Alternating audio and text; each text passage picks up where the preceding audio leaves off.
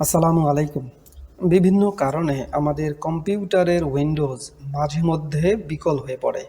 অনেক সময় আমাদের অতিরিক্ত অ্যাপ্লিকেশন ইনস্টল বা ভাইরাসের আক্রমণে প্রায় সময় উইন্ডোজ এতটাই স্লো হয়ে যায় যে আমাদের উইন্ডোজ সেটআপ দেবার প্রয়োজন পড়ে।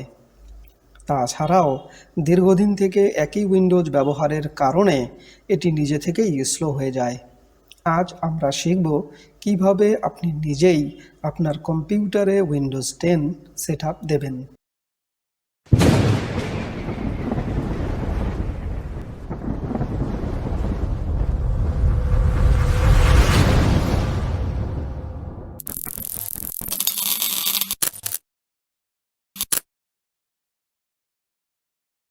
এই কাজে আমাদের লাগবে একটি উইন্ডোজ এর বুটেবল পেন ড্রাইভ বা মেমোরি কার্ড, একটি মাইক্রোসফট অ্যাকাউন্ট এবং ইন্টারনেট সংযোগ। বিশেষভাবে লক্ষণীয় যে এ কাজে আপনি একটু এদিক সেদিক হলেই আপনার কম্পিউটারে ইতিপূর্বে সংরক্ষিত ডাটা মুছে যেতে পারে। তাই অত্যন্ত সাবধানতার সাথে নিজের ডাটা সুরক্ষার দায়িত্ব নিজেই নিয়ে উইন্ডোজ সেটআপ প্রক্রিয়া শুরু করতে পারেন।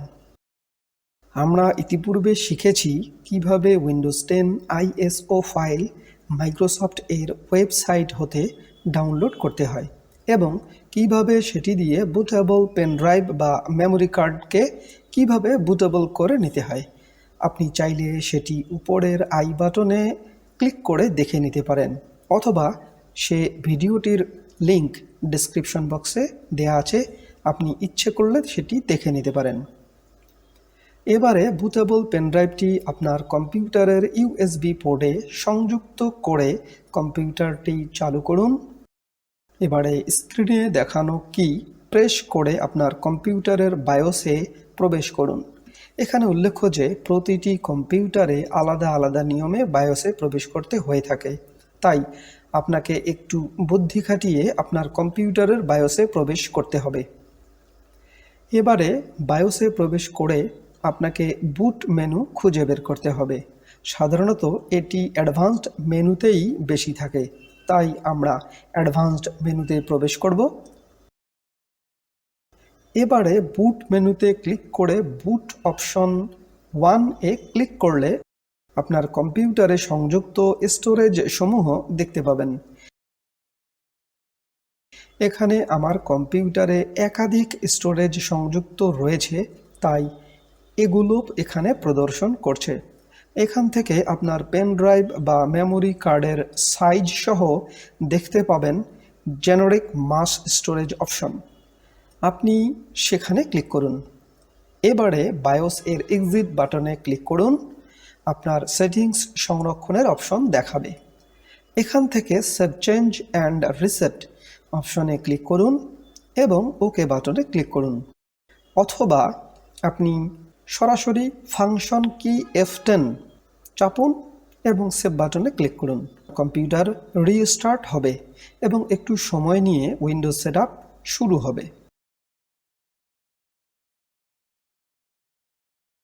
একটু পরে এরকম একটি মেসেজ দেখাবে, installation language English United state ঠিক রেখে কোনো কিছু পরিবর্তন না করেই নেক্সট বাটনে ক্লিক করুন। এবার ইনস্টল নাও বাটনে ক্লিক করুন। অ্যাক্টিভ উইন্ডোজ বার্তা দেখাবে।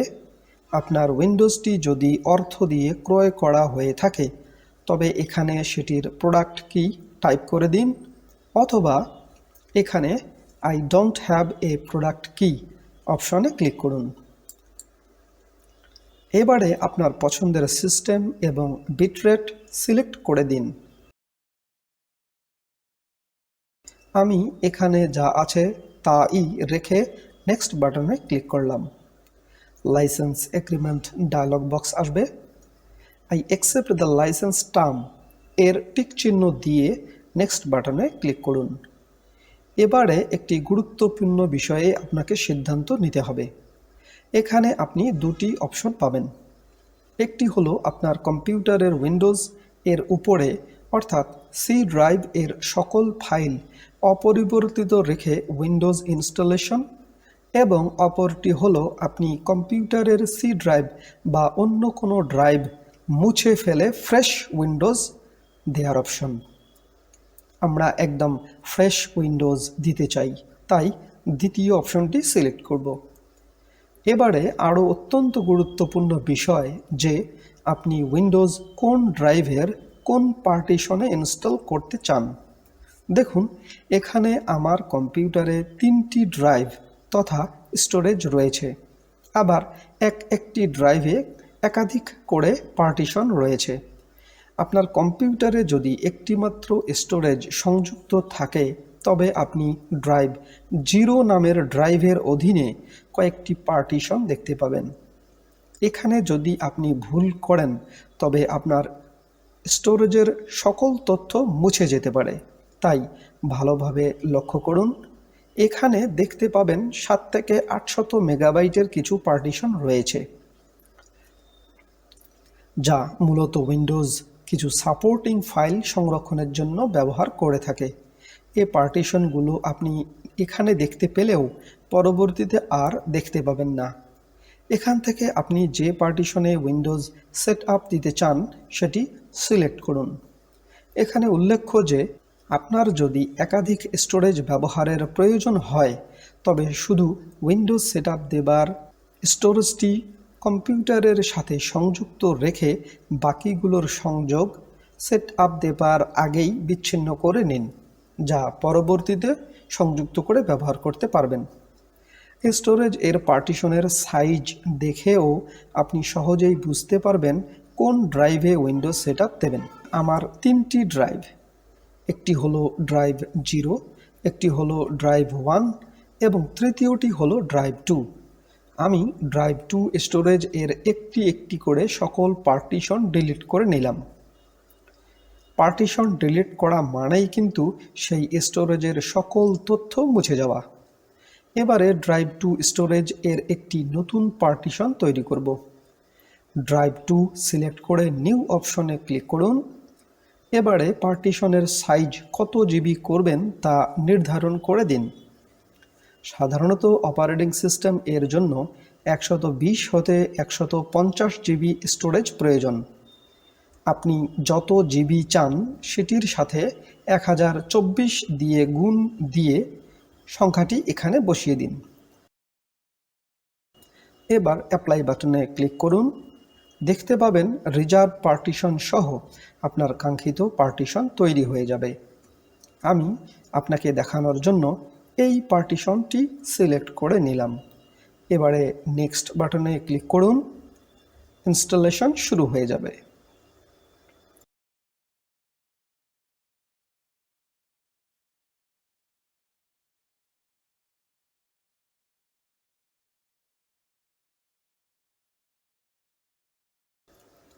কিছুটা সময় নিয়ে ইনস্টল শেষ হলে কম্পিউটার আপনা হতেই রিস্টার্ট হবে।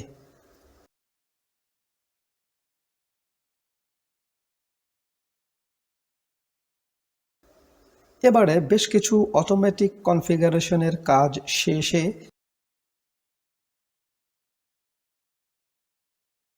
কম্পিউটারটি আবারও রিস্টার্ট হবে।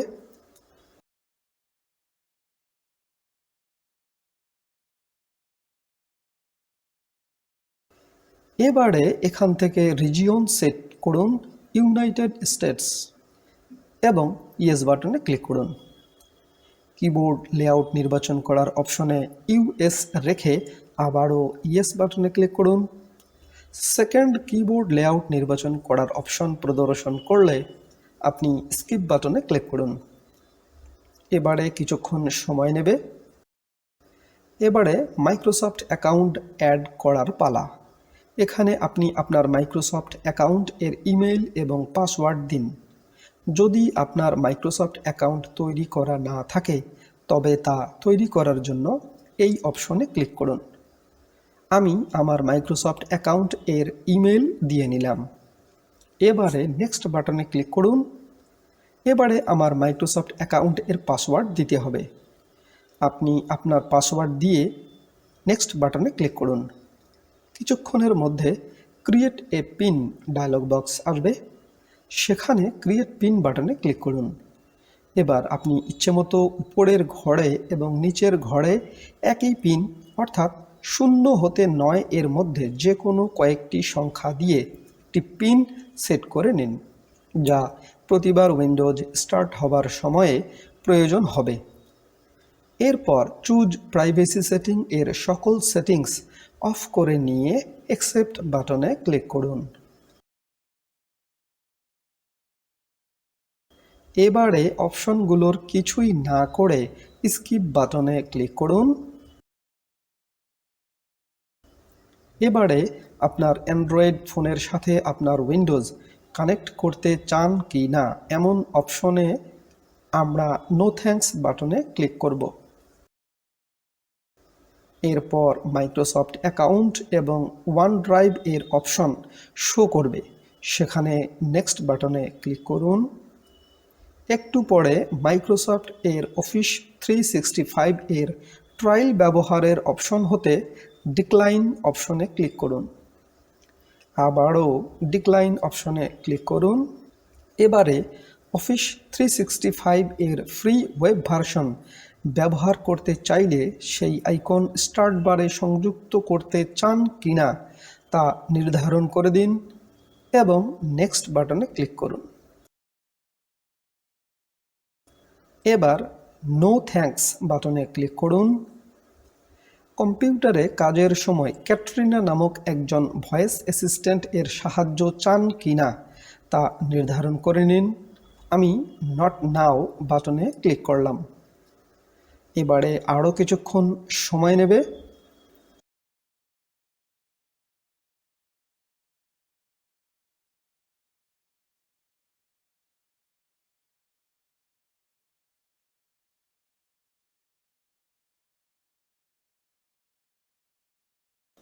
ব্যাস, আপনার সেটআপ সম্পন্ন। আশা করছি পুরো বিষয়টি বুঝতে পেরেছেন। যদি কোনো অংশ বুঝতে সমস্যা হয়ে থাকে তবে কমেন্টের মাধ্যমে আমাদের জানাতে পারেন। চ্যানেলটি সাবস্ক্রাইব করার অনুরোধ রইল। ভিডিওটি কাজে লাগলে লাইক আশা করছি। এতক্ষণ সাথে থাকবার জন্য ধন্যবাদ।